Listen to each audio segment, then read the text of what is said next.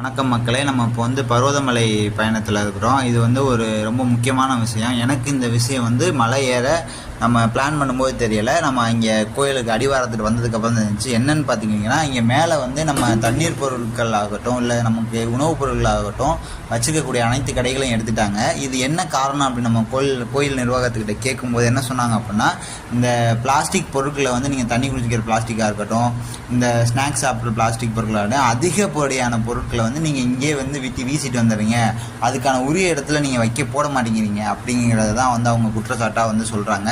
அதனால இங்கே இருக்கக்கூடிய அனைத்து கடைகளையும் நாங்கள் எடுத்துகிட்டோன்னு சொல்கிறாங்க. ஸோ நீங்கள் மலையேற ஆரம்பிக்கும் போதே உங்களுக்கு தேவையான அனைத்து பொருட்களையும் கீழேருந்து தான் எடுத்துகிட்டு வரணும். நீங்கள் ஏறி இறங்குற வரைக்கும் அந்த பொருளை வச்சு தான் நீங்கள் சர்வே பண்ணி போகிற மாதிரி இருக்கும். ஸோ எனக்கு இந்த இன்ஃபர்மேஷன் மலை கீழே அடிவாரம் வந்ததுக்கு அப்புறம் தான் இருந்துச்சு. நீங்கள் இதை பற்றி முன்னாடி மாதிரி பிளான் பண்ணி வந்துடுங்க. நன்றி.